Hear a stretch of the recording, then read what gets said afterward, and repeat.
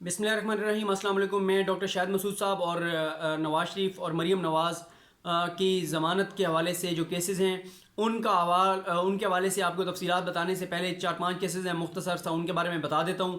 ایک تو پائلٹس کی جعلی ڈگریوں کے حوالے سے کیس تھا، اس میں عدالت کو بتایا گیا ہے کہ 16 پائلٹس اور 60 سے زیادہ جو دیگر سٹاف ہے ان کو سسپینڈ کر دیا گیا ہے جن کی ڈگریاں جعلی تھیں۔ اور اس میں چیف جسٹس صاحب نے ایک بات کہی ہے کہ یہ ضرور دیکھیے کہ لوگوں کے ساتھ ناانصافی نہ ہو۔ ہمیں یہ شکایات آ رہی ہیں کہ سپریم کورٹ کے فیصلے کی آڑ میں جو ہے کچھ لوگوں کے ساتھ ناانصافی ہو رہی ہے، تو کسی کے ساتھ جو ہے وہ ناانصافی نہیں ہونی چاہیے۔ پھر جن کے کنٹریکٹ آپ نے ایکسٹینڈ کرنے ہیں وہ بھی کیجیے، جو آپ کو ضرورت ہے وہ کیجیے۔ کچھ جو پائلٹس تھے ان کی جانب سے آج شکایت کی گئی تو انہیں یہ کہا گیا ہے کہ آپ کیونکہ پی آئی اے کی جانب سے بتایا گیا اور سول ایویشن کی جانب سے کہ ان کی ڈگریاں جو ہیں وہ جعلی تھیں، تو اس لیے ہم نے ایکشن کیا ہے، تو ان کو کہا گیا کہ آپ کے پاس جو بھی ریمیڈی ہے آپ جائیے اور وہاں پہ اپیل کیجیے۔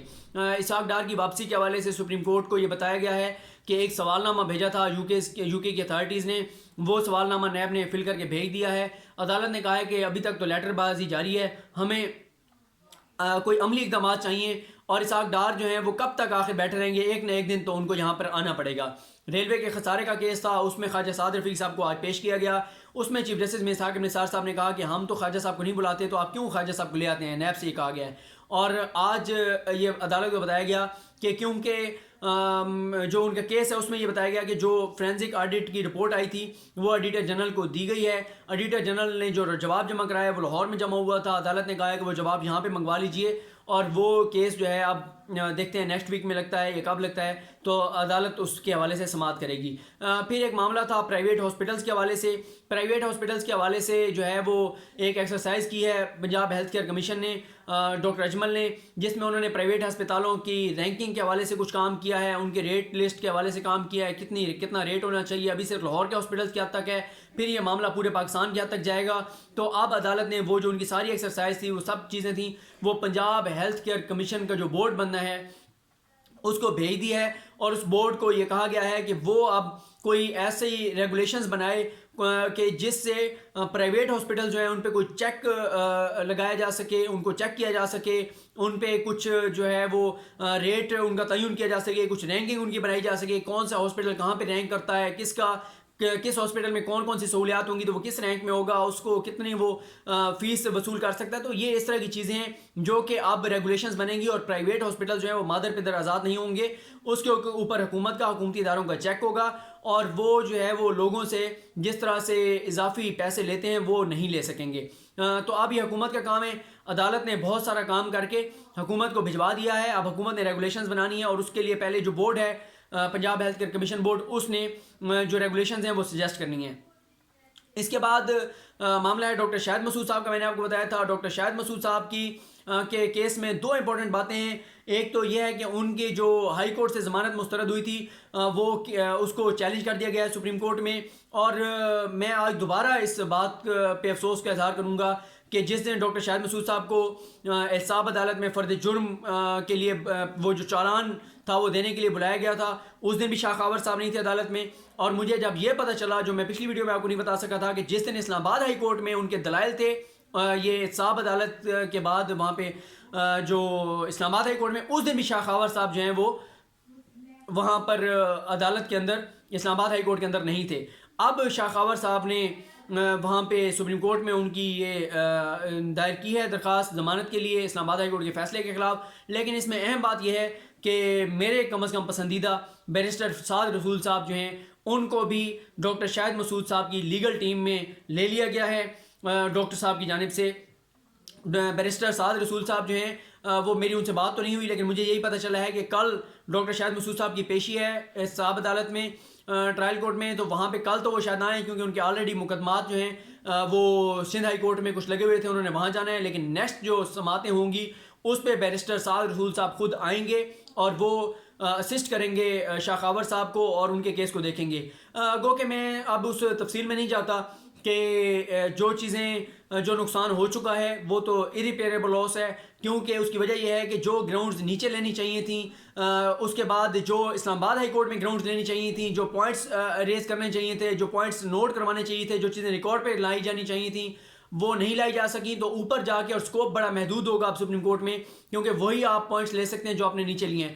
دیکھتے ہیں کہ اس حوالے سے کیا ہوتا ہے. اور یہ بھی ہے کہ اس کا کریڈٹ میں آپ سوشل میڈیا کے دوستوں کو دوں گا جن لوگوں نے اتنا زیادہ اس کو ہائی لائٹ کیا پچھلے کچھ دنوں میں، کہ اب تمام چینلز جو ہیں، تمام ٹاک شوز، تمام اینکرز جو ہیں وہ ڈاکٹر شاہد مسعود صاحب کے حوالے سے بات کرنا انہوں نے شروع کر دیا ہے. اب ہر ٹاک شو میں بات ہو رہی ہے. آپ اندازہ لگائیں کہ کب سے ڈاکٹر صاحب گرفتار ہیں، لیکن اب جب سوشل میڈیا نے اس کو، پہلے بھی سوشل میڈیا پہ ڈسکس ہو رہا تھا لیکن اب اور زیادہ ڈسکس جب ہونا شروع ہوا ہے اور ایک بہت بڑا ایشو بن چکا ہے سوشل میڈیا کا، تو اس وجہ سے اب تمام چینلز نے اس ایشو کو جو ہے وہ اٹھانا شروع کر دیا ہے. تمام اینکرز جو ہیں اب اس کو ڈسکس کر رہے ہیں. شاید سب جو ہیں وہ اب اپنی اپنی حاضری لگوا رہے ہیں کہ جس طرح سے جو ہے وہ ڈاکٹر صاحب کے فین، آپ کو پتہ ہے لوگ جس طرح ان کو چاہتے ہیں، تو اس لیے جو ہے وہ اب شاید کچھ لوگ تو ویورشپ لینے کے لیے، ریٹنگ لینے کے لیے بھی ڈاکٹر شاہد مسعود صاحب کو ڈسکس کر رہے ہیں. خیر دیکھتے ہیں کہ اس حوالے سے کیا ہوتا ہے. کل ان کی سماعت ہے. اب میرے لیے بڑی جو ہے وہ عجیب سی سچویشن ہے. میں جانا بھی چاہتا ہوں احتساب عدالت، لیکن کل سپریم کورٹ میں ابھی آپ کو بتاؤں گا اتنے زیادہ اور اتنے اہم کیسز ہیں کہ ادھر بھی مس نہیں کیا جا سکتا.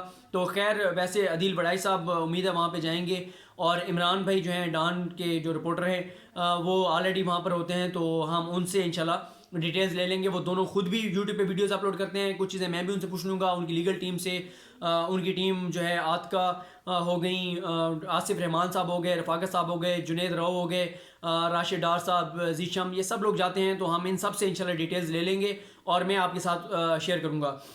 اس کے بعد جو ہے ایک اور امپورٹنٹ کیس جو ہے وہ فکس ہو گیا ہے. 14 تاریخ کو نواز شریف اور مریم نواز کو جو ضمانت پر رہا کیا تھا اسلام آباد ہائی کورٹ نے ایون فیلڈ کے اندر، اس کو سماعت کے لیے مقرر کر دیا گیا ہے. اور اس میں جو لیگل پوائنٹ ہے وہ یہی ہوگا.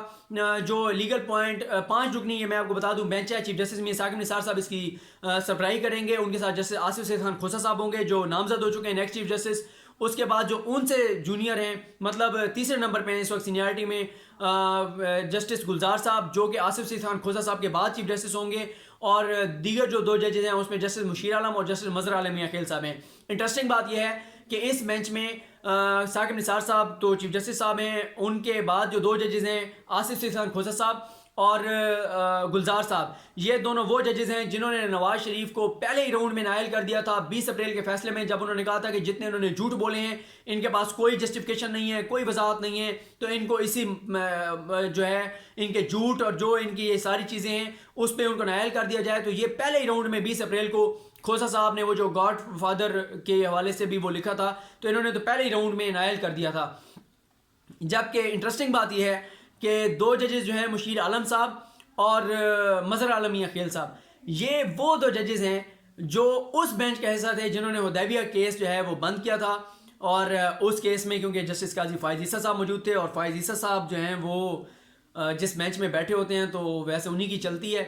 تو خیر فائز عیسیٰ صاحب بھی اس بینچ کا حصہ تھے، انہوں نے زیادہ اس کیس میں ریمارکس دیے تھے، چیزیں کی تھیں. تو یہ 2 جج اس حدیبیہ کیس کے بینچ کا حصہ تھے. تو اب یہ 5 رکنی بینچ یہ کیس سنے گا. یہ بینچ یہ فیصلہ کرے گا کہ یہ جو نواز شریف کا کیس تھا کیا یہ ہارڈ شپ کیسز میں آتا تھا یا نہیں آتا تھا، اور اگر یہ ہارڈ شپ کیسز میں نہیں آتا تھا تو کسی اور صورتحال میں جو ہے وہ ضمانت دی جا سکتی تھی یا نہیں دی جا سکتی تھی. اس حوالے سے اس سے پہلے جتنی سماعتیں ہوئیں جس میں چیف جسٹس صاحب نے بہت زیادہ سوالات اٹھائے کہ جتنے ہی لمبے وہ فیصلہ لکھا گیا تھا، جس طرح سے اس میں میرٹس کو ڈسکس کر دیا گیا تھا، تو اس کے حوالے سے میں آپ کو بتا چکا ہوں، اور اس یوٹیوب چینل پہ ان کیسز کی تفصیلات جو ہیں وہ موجود ہیں. میں ان کو دوبارہ ریپیٹ نہیں کرتا، وہ آپ جا کے وہاں سن سکتے ہیں اگر کوئی سننا چاہے تو. اب میں آپ کو کل کا بتا دیتا ہوں. کل سپریم کورٹ میں سب سے پہلے سماعت ہوگی ایل ڈی اے کی جانب سے غیر مبینہ طور پر غیر قانونی پیٹرول پمپس کی الاٹمنٹ کے حوالے سے. پہلے سپریم کورٹ نے ایک نوٹس لیا تھا جس میں شامی صاحب کا بھی پیٹرول پمپ تھا. یہ کچھ اور پیٹرول پمپ سامنے آئے ہیں. اب دیکھتے ہیں کل اس کیس میں کیا ہوتا ہے. پھر بولان میں آلودہ پانی جو لوگوں کو پینے کو مل رہا ہے اس حوالے سے سماعت ہے. رو انوار نے اپلیکیشن دائر کی ہے جس میں وہ کہتے ہیں کہ ان کا نام ای سی ایل سے نکال دیا جائے. نقیب اللہ قتل کیس کے جو ملزم ہیں. پھر بحریہ ٹاؤن اور ڈی ایچ اے جو فائل ٹرانسفر کرتے ہیں اور مبینہ طور پہ ٹیکس چوری کرتے ہیں وہ کیس ہے. پرویز الہی صاحب کا کیس ہے جو بحریہ ٹاؤن کے کیس میں سامنے آیا تھا کہ انہوں نے جو ہے وہ زمین لی تھی اور فائدہ دیا تھا بحریہ ٹاؤن کو. یہ ان کی درخواست اس حوالے سے پرویز الہی صاحب کی ہے وہ ہے. عذرا جمالی صاحبہ کی درخواست ہے جس میں وہ کہتے ہیں سیکٹریٹ گروپ کو جو ہے وہ اس طرح سے پروموشن نہیں دی جا رہی، جیسے ڈی ایم جی ہیں ان کو پروموشن دی جاتی ہے، اور جنگلات کی زمینیں جو ہیں ان کو ان پہ جس طرح سے قبضے ہو رہے ہیں، جس طرح سے وہ تباہ ہو رہی ہیں، اس حوالے سے ایک کیس ہے، اور پھر اسکول فیس میں اضافہ۔ تو یہ کل اہم کیسز ہیں، کل ان کیسز کی سماعت کا حوالہ آپ سے شیئر کروں گا۔ آج کے لیے اتنا ہی، میں آج 3 ویڈیوز لگا چکا ہوں، جو کیسز رہ گئے ہیں وہ تمام میرے پاس نوٹس موجود ہیں، چیزیں لکھی ہوئی ہیں۔ اب میں کوشش کروں گا کہ کل کچھ آپ کو بتا دوں گا، کچھ پرسوں بتا دوں گا، تو کوشش یہی ہوگی کہ انشاءاللہ آپ کو ان تمام کیسز کے بارے میں ضرور بتاؤں گا جن کے بارے میں ابھی تک آپ کو نہیں بتا سکا۔ اللہ کریم آپ کا حامی و ناصر ہو، مجھے اپنی دعاؤں میں یاد رکھیے۔ خدا حافظ۔